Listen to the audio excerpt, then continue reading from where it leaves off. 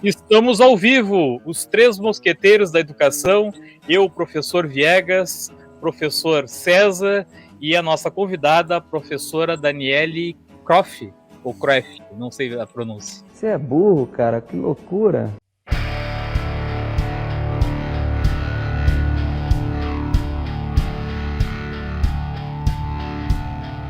Daniele Croft. Hoje o César está substituindo aí o Filipão, seja muito bem-vindo aí, César, a equipe dos mosqueteiros vai falar sobre o tema que é educação popular. Então essa já é uma pergunta, né, que vai ficar em aberto aí quando a Daniele for fazer a apresentação dela, né? Essa é a nossa 35ª live da segunda temporada, né? Nós já estamos na segunda temporada. A Daniele é professora da rede pública estadual, assistente social, ex-candidata a vice-prefeita de Canoas. Então tá, vou passar a palavra para o César e fazer as considerações iniciais e depois para a nossa convidada. Fala, César. Boa tarde a todos, então, reunido aqui, então, hoje, mosqueteiro por uma tarde de sábado. E realmente é fundamental, né, discutir o tema de hoje, educação popular, sobretudo em tempos tão bicudos em que ela é ainda mais necessária, né? Com desigualdade econômico-social crescendo, autoritarismo, enfim, uma série de fatores aí que dificultam e por isso faz ela ainda mais necessária. Então tá. Vou passar a palavra, então, para a Daniele. Aí a Daniele já se apresenta, fala um pouco sobre a sua formação profissional, né? A trajetória dela como educadora, quanto tempo tem de experiência no magistério, né? Aqui também quais os desafios que considera mais significativos nessa carreira aí, né, do magistério, né? Então, passo a palavra aí para a Daniele. Boa tarde, Daniele. Seja bem-vinda aos Três Mosqueteiros. Hoje a Daniela está compondo aí também, né? Porque como nós somos três, ela também está fazendo parte aí dos mosqueteiros. Boa tarde. Então, eu agradeço o convite. Muito legal estar com vocês aí nessa tarde, falando de um tema tão importante. Então, meu nome é Daniele Croft. Eu estou no magistério público estadual desde 2014, então há 7 anos, né? Eu me formei e logo entrei no magistério. Mas antes dele, eu passei ali enquanto estagiária da pedagogia e também do serviço social, né? Porque eu fiz pedagogia de 2010 a 2014, mais ou menos. Mas em 2011 eu começo no serviço social. Então as duas faculdades foram meio juntas, assim. Sim. E aí, estagiei no Primeira Infância Melhor, em Porto Alegre, que é o PIMPA, né? E ali eu acho que contribuiu muito para a minha formação enquanto educadora, enquanto militante da educação pública, né? No PIMPA eu era visitadora, eu visitava famílias que tinham crianças de 0 a 6 anos que poderiam estar numa escola de educação infantil, mas não tinham acesso, né? Então eu fazia visitas, trabalhei no Chocolatão, na Vila Chocolatão, no Timbaúva, no Mário Quintana, e foi uma experiência bem interessante. E também, aí em 2014 eu entro no estado, né?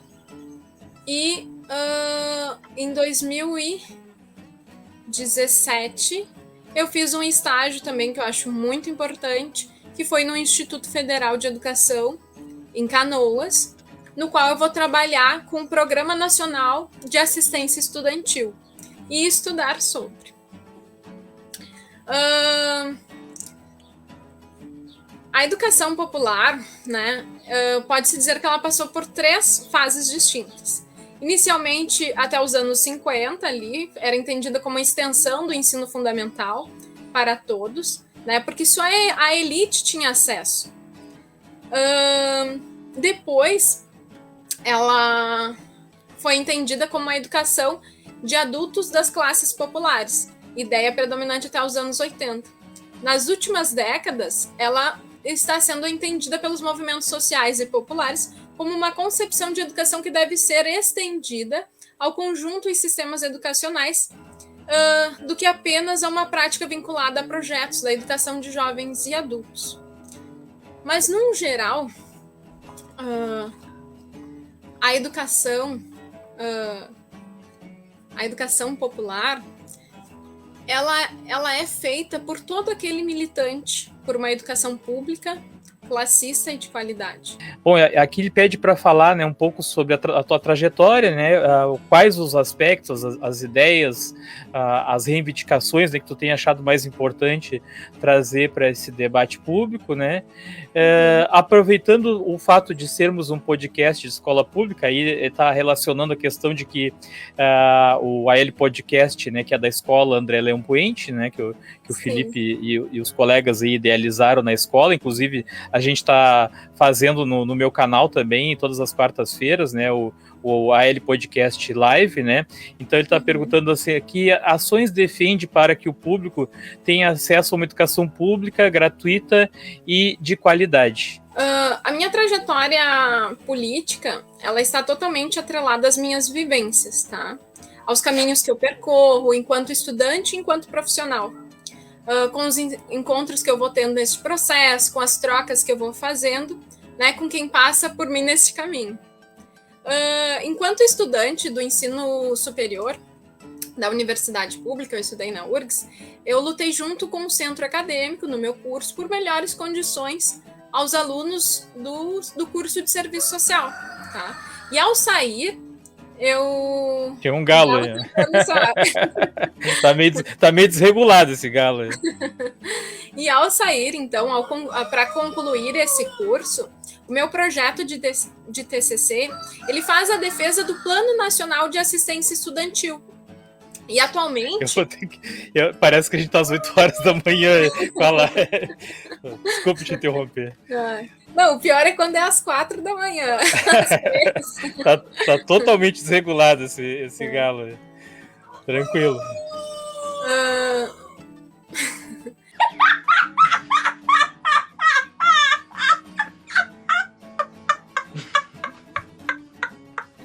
Atualmente, eu estudo, né?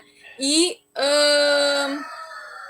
eu luto para a implementação da lei 13.935 de 2019. Ele não vai deixar tu falar. Então eu não se mereço isso. Ele não vai deixar tu falar, pelo jeito. Tá com ciúmes, eu acho. Deixa eu ver se eu consigo abafar um pouco o som aqui. Tranquilo, Daniela. Pode continuar aí. Não vai matar o galo, né? Deu, amanhã tem galinhada no almoço. Pois é. Segue o baile. Então, e aí no meu projeto de TCC, eu faço a defesa do Plano Nacional de Assistência Estudantil, que é algo que eu estudo. O Plano Nacional de Assistência Estudantil, ele é um plano que tem ações, né, que coloca ali ações, mas isso no âmbito da educação superior. Nos institutos federais, os alunos de ensino médio, eles vão ter acesso a esse programa por estar numa instituição que oferece o ensino superior, né? E o PNAES, que é o Plano Nacional de Assistência Estudantil, ele tem ações no qual vai contribuir para a permanência do estudante no ensino público, né? Então, ele é super importante para a educação pública, mas está lá no âmbito do ensino superior, né? É algo importante, a gente sabe que já existe no ensino superior, né? Algo ali.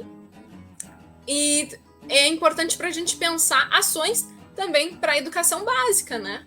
Sim. Por que tem investimento só lá no ensino superior, sendo que apenas 1% dos alunos que acessam ali o primeiro ano do ensino fundamental vão ter acesso ao ensino superior, né? Então, mas a gente também tem que saber o que tem lá para a gente pedir aqui também, né? Sim. O que existe. E atualmente eu estou lutando pela implementação e estudando, né, a implementação da Lei 13.935 de 2019, que aprova a inserção de assistentes sociais e psicólogos na escola, né? Hoje o professor ele tem que dar conta de um monte de coisa, né? Se o aluno chega com algum problema cognitivo, né? Ele tem que ajudar a encaminhar.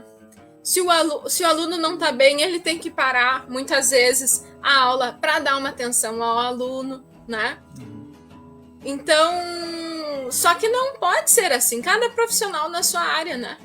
Sim. E seria super importante nós termos assistentes sociais nas escolas para encaminhar, para ver quais alunos têm acesso a um benefício, a outro. Principalmente agora, né, Daniel, nesse período aí pós-pandemia, né, que está acontecendo, eu acho que principalmente no ensino médio, né, muito mais no ensino médio até do que no ensino fundamental, essa evasão dos alunos, né, essa questão que os alunos sumiram da escola, muitos saíram, né, durante a pandemia e não voltaram, né, ainda estão em BA, né, ainda estão em que a gente chama agora no estado de busca ativa, né, não está se conseguindo resgatar. Eu agora, essa semana, as últimas 3 semanas eu fiquei aplicando a prova PISA e os alunos não aparecem para fazer a prova, mesmo com todo o empenho das direções das escolas ligando, né, entrando em contato e pedindo que eles voltem, os alunos não voltam por vários motivos, né? Muitos foram trabalhar, né? Não estão ajudando os pais, né? A situação. Então, realmente é muito importante essa ação de ter, né, um assistente social dentro das escolas. Aliás, assim, né, o Daniel, eu acho que não só assistente social, né, teria que ter vários profissionais, né, psicólogos, né, até dentista, eu acho que seria importante ter. Claro que eu já estou pensando no mundo, né, no mundo virtual aí, né, mas eu acho que deveria ter vários outros profissionais além dos professores dentro das escolas, né, para dar esse apoio, né. Mas a gente tem que pensar e a gente tem que sonhar com isso. Sim. E tem sim que lutar por isso, né? Não dá para aceitar as coisas como elas estão. Então, e o assistente social, ele poderia, sim, nossos alunos estão sumindo porque muitos do ensino médio conseguiram emprego, tem que ajudar em casa porque o pai ou a mãe perderam o emprego, né? Muitos retornam e não conseguem mais encarar o colega, porque alguns desenvolveram, né, surgiram, né, se manifestaram depressão, ansiedade, síndrome do pânico. Então, e nós, educadores, a gente tem que lidar com tudo isso, mas não é algo nosso, né? Existe profissional para isso. Depois, mais tarde, eu vou falar também um pouquinho dos serviços, né? Da precariedade dos serviços. Mas, bom, continuando. Então, eu luto para essa lei, para que ela, né, seja implementada o quanto antes. Ela já foi aprovada a nível federal, né? E pensando no âmbito da escola pública, para que a gente pense numa educação de qualidade, é necessário, antes de tudo, pensar no acesso a essa educação pública, né? O que é necessário? Que é justamente isso que a gente estava falando, esses alunos que sumiram. O que acontece? O que é necessário para que uma criança e um adolescente acessem a educação? Então, primeira coisa, transporte, né? Eu sou militante do PSOL e nós, do PSOL, nós trouxemos enquanto plano para o nosso governo do município. E também vamos continuar defendendo a municipalização do transporte público, né, para o município. Pois o lucro referente a esse serviço, ele deve ser convertido, deve ser o galo aqui.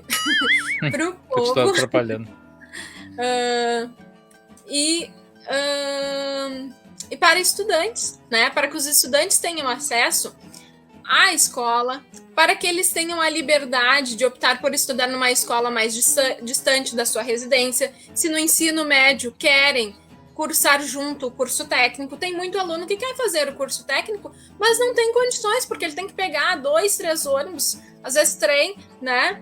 Mesmo na sua cidade. Desculpa te interromper, mas eu vou acrescentando conforme tu vai falando, eu vou me lembrando de alguns detalhes. Tu falou sobre isso agora, né? Diminuiu muito, né, essa questão do curso técnico ser concomitante com o ensino médio, né? Na minha época, acho que quase todos eram concomitantes. Hoje não, hoje tem o pós-médio, né? E eu passei por isso, exatamente por isso que tu tá falando.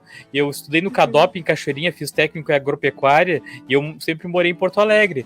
Eu pegava 3 ônibus para ir para a escola. Eu fiz um sacrifício imenso para conseguir fazer aquele curso, porque era puxado, era um gasto que, assim, pro meu pai, felizmente, podia me ajudar, mas era puxado para ele também, né?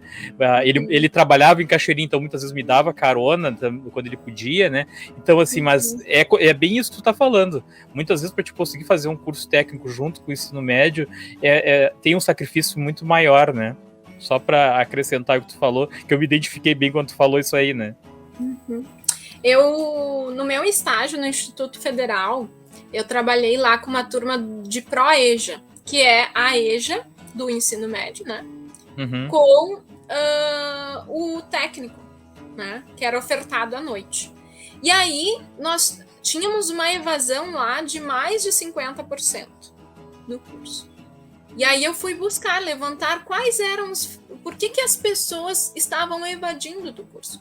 E um dos problemas era essa questão do transporte, né? Porque a maioria dos estudantes do ProEja, do Instituto Federal Canoas, morava no Guajuviras ou na Matias Velho.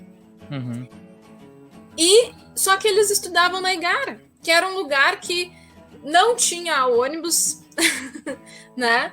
E para chegar muitas vezes naquele local ali, tinha ônibus, claro, mas era um a cada 1 hora, uma coisa assim. Daí, imagina, quem vem da Matias, tem que pegar 2 transportes, né? Quem vem do Guajuviras. Então, ou então até mesmo pela questão do horário. O ônibus só passa, eles saíam, só passava dali 1 hora. Daí daí tem a questão da segurança também, né? Professora, desceu 1 hora depois que soltou da escola, caminhar sozinho, tudo isso dificulta o acesso, né? Então, Daniele, poderia nos falar sobre a tua adesão ao movimento da educação popular? Sabemos que se trata de um movimento pedagógico político, né? Com origem na América Latina na década de 60, servindo como resistência às ditaduras civis militares desse período. E também sabemos que o movimento teve... Peraí, trancou aqui... Bom, teve toda a participação aí, a colaboração aí de Paulo Freire, enfim, né? Esse Paulo Freire tão criticado e nem um pouco posto em prática. Então, a educação popular, ela sempre foi um movimento, né, de luta independente ali numa determinada época foi em luta pelo ensino fundamental, luta pela EJA, né? Então, sempre para que as classes populares tivessem acesso a uma educação pública e de qualidade. Então, o militante da educação popular é professor, é educador social, é todo aquele que vem, né, que é militante por essa educação pública, classista e de qualidade. E aí, quando eu me formo em pedagogia, eu estou cursando serviço social, eu pude me dedicar um pouco mais, vamos dizer assim, a algumas coisas que eu gostava, né? Porque a faculdade é muito legal tudo, mas a gente estuda o que querem que a gente estude, né? E teve um momento que eu pude ali, e aí eu peguei e fui para estudar na FACED, eu era do serviço social, peguei algumas cadeiras na FACED e comecei a fazer cadeiras que trabalhavam Paulo Freire. E me encantei, né? Eu não tinha estudado tanto Paulo Freire na pedagogia como eu consegui naquele momento. E me encantei com a educação popular e me fortaleci, né, fazendo cadeiras. Eu cheguei a fazer, acho que 8 cadeiras na FACED, além das cadeiras que eu tinha no serviço social, né? E dentro do serviço social mesmo, o meu estudo sempre foi voltado para a educação, né, para o assistente social atuando na educação. No momento, no meu curso, acho que eu era a única, sabe? Naquele momento que insistia, porque os assistentes sociais tudo vão para saúde mental, né? E a Daniele lá querendo educação. E aí fui para a Faced e ali me achei, né? E ali me fortaleci. Porque quando eu cheguei na escola pública, me senti muitas vezes querendo fazer algo diferente, algo pelos alunos, e vendo as limitações, os problemas, né, dos alunos, aquilo ali vai te deixando mal, né? Vai te causando, vamos dizer, uma tristeza muito grande, assim, quando tu não sabe o que fazer, como tu encaminha, o que tu faz, como é que tu lida, né, com aquele aluno violento, com aquele aluno que não tem acesso aos seus direitos, com aquele aluno que não tem acesso a um laudo, ao especialista, o que tu faz, né? Então, eu me encontro na educação popular neste momento, assim, né? E aí, a partir de Paulo Freire, eu vou trazendo isso para minha sala de aula, né? Primeira coisa que eu faço, eu assumi como supervisora na escola, que eu estava na época, e eu proponho na escola um estudo socioeconômico, né, dos alunos de 1º ao 5º ano. E aí a direção topa, né, e eu faço ali um estudo, aplico um questionário, fazendo esse estudo socioeconômico com todos os alunos do 1º ao 5º ano. E a partir disso, como supervisora, eu posso trazer para os professores a realidade dos meus alunos. Quem são esses alunos? Quais são as condições deles? Quais são as rendas? Eles têm água encanada em casa? Eles têm banheiro? Qual a religião deles, né? E tudo isso é importante, porque a educação popular, Paulo Freire, ele diz que a gente tem que valorizar o que os nossos alunos trazem, né? A forma como eles vivem, trazer isso, né? Para que eles se sintam parte, para que eles tenham até mais interesse, né? Pela educação. Então, a partir desse estudo socioeconômico, eu consegui ali fazer o professor parar e pensar. Tinha professor que dizia: Dani, como é que pode? Eu lembro de uma professora: como é que pode? A minha turma da manhã é uma realidade totalmente diferente aos meus alunos da tarde. Os da manhã dela tinham acesso, tinham plano de saúde, tinham uma renda bem maior, né? Os da tarde tinha gente que não tinha banheiro. Hein, Daniele, o Felipe comentou isso a live passada, que ele, como diretor, percebe essa diferença que tu tá falando aí, dos alunos dele do turno da manhã e da tarde, né? Que normalmente, né, os da tarde têm uma situação econômica mais frágil, né, em relação aos do turno da manhã, né? E aí eu me fortaleço a partir desse estudo que eu faço, né, e continuo estudando e vou trazendo isso para a escola pública, atuando como supervisora, né, como professora em sala de aula, né, tu consegue também trazer muitas coisas, valorizando tudo aquilo que os nossos alunos trazem, né, sabendo trazer isso, colocando em nosso conteúdo. Então, dessa forma que eu vou me encontrando ali na educação popular.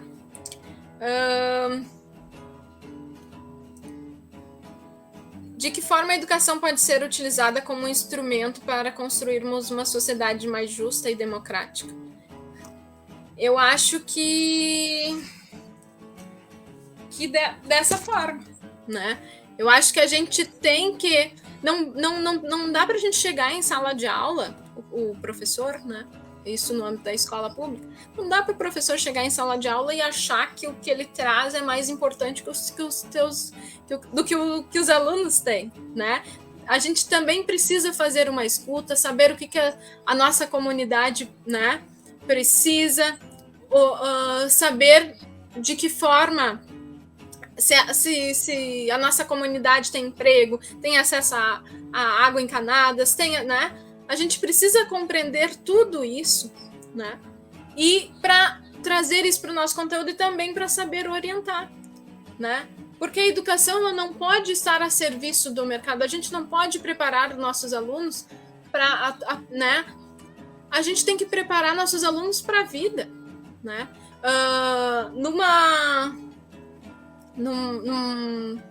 numa época que eu estava trabalhando numa escola que na rua de trás nós tínhamos subprefeitura, posto de saúde e CRAS, o que eu fiz com os meus alunos?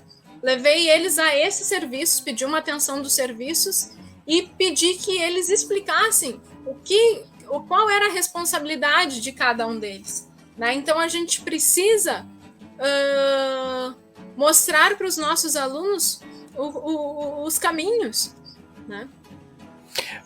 Daniele, tu falou agora da situação, né, dos alunos, né, de diferenças, né, eu com essas minhas saídas aí que eu tive em várias, nós tivemos em 18 escolas, né, nesses últimos dias aí para aplicar a prova, eu vi muita diferença de uma escola estadual para outra, é impressionante. Pela região, né, porque eu apliquei prova em quase todas de Alvorada, depois fui para Cachoeirinha, fui em São Leopoldo, fui para Esteio, né, então eu pude perceber essa diferença, né, de situação, né, dos alunos. Para te ter uma ideia, em algumas escolas da Alvorada, quando eu fui aplicar a prova, 2 alunos no mesmo dia, quando nós colocamos o notebook na frente deles, perguntaram cadê o mouse? Né, para ver assim a situação, eles muitos não sabiam, não conheciam o notebook, para te ter uma ideia, né? Teve ele cobrou, né, assim, cadê o mouse? Esqueceram do meu mouse aqui. Aí a gente diz, não precisa, né, tu pode usar ali mesmo no notebook, né? Essa questão até do perigo, né, na localidade onde ele tá, tinha alunos que quando nós pedimos para guardar o celular, que tem que guardar dentro do pacotinho lacrado e tal, e eles disseram assim, não, professor, a gente não traz celular para a escola, porque roubam, né? Então nem precisa pedir para guardar, porque a gente não traz, ninguém traz, né? Então, assim, são situações, né, que tem que ser levadas em consideração pelos professores, pela gestão, né, pela direção da escola, porque cada comunidade, cada localidade tem uma situação bem diferente uma da outra, né? Bem diferente. E por isso que não dá para ser tudo igual, não dá para ser o professor. Ele tem que estudar ele tem que estudar aqueles com quem ele vai trabalhar, né? Tem que fazer um estudo, como que eles vivem, do que se alimenta, né? Como é que funciona a coisa naquela comunidade. Eu me ausentei aquela hora porque vocês não vão acreditar, mas o meu Garnizé, ele ouviu o galo da casa da Daniele e começou, eu fui lá, peraí. Daí, mas eu achei engraçado porque ele foi resolver o problema do galo, né? Mas agora, já que estão tocando nesse assunto do galo, eu não ia falar mais, né? Mas já que estão tocando, eu acho que a Daniele fez alguma coisa com o galo, né? Porque ele ficou quieto, hein, viu, César? Ele se aquietou. Eu acho que vai ter ensopado depois. Deve estar vendo TV no colo do Guilherme, no mínimo. Pode ser. Bom, melhor, né? Melhor pensar isso, né? Bom, a minha questão é a educação popular e a pandemia de Covid-19, né? Bom, no teu entender aí, que ações de educação populares aí podem, né, ou estão sendo tomadas em benefício dos alunos mais carentes e das suas famílias, né? Já que eles foram bem afetados aí pelas situações, né, causadas pela pandemia, né, que afetou muito economicamente, né, as famílias, né, de muitos alunos, né. Então, o que tu acha, assim, que pode, né, ser feito, ou que tu tá vendo que tá sendo feito alguma coisa desse tipo? Não interessa, isso é problema meu. E acho que dentro da escola pública, eu como vice-diretora, as direções de escola, professores, uma das primeiras coisas que a gente tem que fazer é uma escuta a esse aluno, entender. Muitos não conseguiram retornar, mas por que não conseguiram? E aquilo que a gente vinha conversando, muitos conseguiram emprego, pessoal do ensino médio, estão estagiando, porque o pai e a mãe perderam o emprego. E que se ele não trabalhar, eles não comem, eles não pagam a luz, a água, né? Ou às vezes o aluguel. Então tem muito aluno que assumiu. A luta por políticas que venham a favor dessa população hoje está muito difícil, né? Se perderam muitos direitos. O Bolsa Família, né? Acabaram com o Bolsa Família, né? Quantas famílias hoje estão passando fome? Enquanto educadores, chamar a atenção dos nossos alunos para o que vem acontecendo, né? O porquê que isso está acontecendo? Por que a gente está vivendo esse momento, né? Tão complicado, porque porque nós deixamos também isso acontecer, nós temos responsabilidades por isso, né? Chamar a atenção sobre saber votar, sobre, né, entender o que está acontecendo, entender um pouco sobre política é importante, né? Para pensar melhorias para o futuro. Políticas públicas, né? Orientar os nossos alunos dentro da escola. Muitas vezes a gente tem que fazer isso, né? Orientar para um CRAS. Eu, dentro da escola, o que eu faço? O aluno aparece, não, prof, não tenho nada para comer em casa, né? Tô sem nada. O que a gente faz? Liga para o CRAS, porque o CRAS distribui sacolas econômicas. E aí estão distribuindo, quem é que tem acesso, né? Como é que faz, como é que encaminha, né? Porque o aluno não é alguém que teria direito, mas é alguém que está passando fome. Como é que a gente encaminha isso? Então, a gente está buscando ali caminhos dentro da escola, incentivo nesse momento até mesmo a prática do assistencialismo, né? E sem julgamento para aqueles que pedem. Eu digo assim, eu não sou a favor do assistencialismo, mas é um momento que, gente, enquanto tiver esse desgoverno indo contra nosso povo, que matou aí, né, mais de 500 mil, e não tá nem aí, acabou com diversos direitos, a gente tem que lutar para sobreviver, até ver se consegue mudar, né, mudar de presidente, mudar, né. Então, assistencialismo se os alunos trazem as demandas, estão passando fome, a gente se organiza, né, distribuir sacola, distribuir alimentos, é um momento que, né, e sem julgamentos, né, se o aluno está pedindo é porque realmente ele está necessitando. Na tua opinião, devemos separar a educação de política ou o ato de lecionar é um ato político? Projetos e movimentos como Escola Sem Partido costumam exigir que os educadores adotem um tom politicamente neutro, sendo que essa neutralidade não é cobrada de outros setores da sociedade, como a imprensa e as igrejas. Como tu enxerga esses movimentos e o que pode ser feito em relação a eles? Eu acho que nós, enquanto professores, não devemos ser neutros ao nos posicionarmos, tá? Ao dizermos no que acreditamos, como que a gente, né? Nós não somos neutros. E se a gente se coloca neutro, a gente não está sendo neutro, porque aí tem muitas questões por trás disso, assim. E até mesmo a igreja, ela não é neutra, né? Quando ela condena ou apoia o casamento gay, né? Quando ela prefere incentivar o assistencialismo ao invés de cobrar de seus fiéis, que seus fiéis sejam pessoas justas, pessoas que dividam o pão todo dia, né? Que não pensem no pobre só quando tem umas roupas usadas, que tem que dar um jeito naquilo, né? Ou que distribuam sacolas no Natal. Bom, aqui então o item 6 já é o nosso encerramento aí.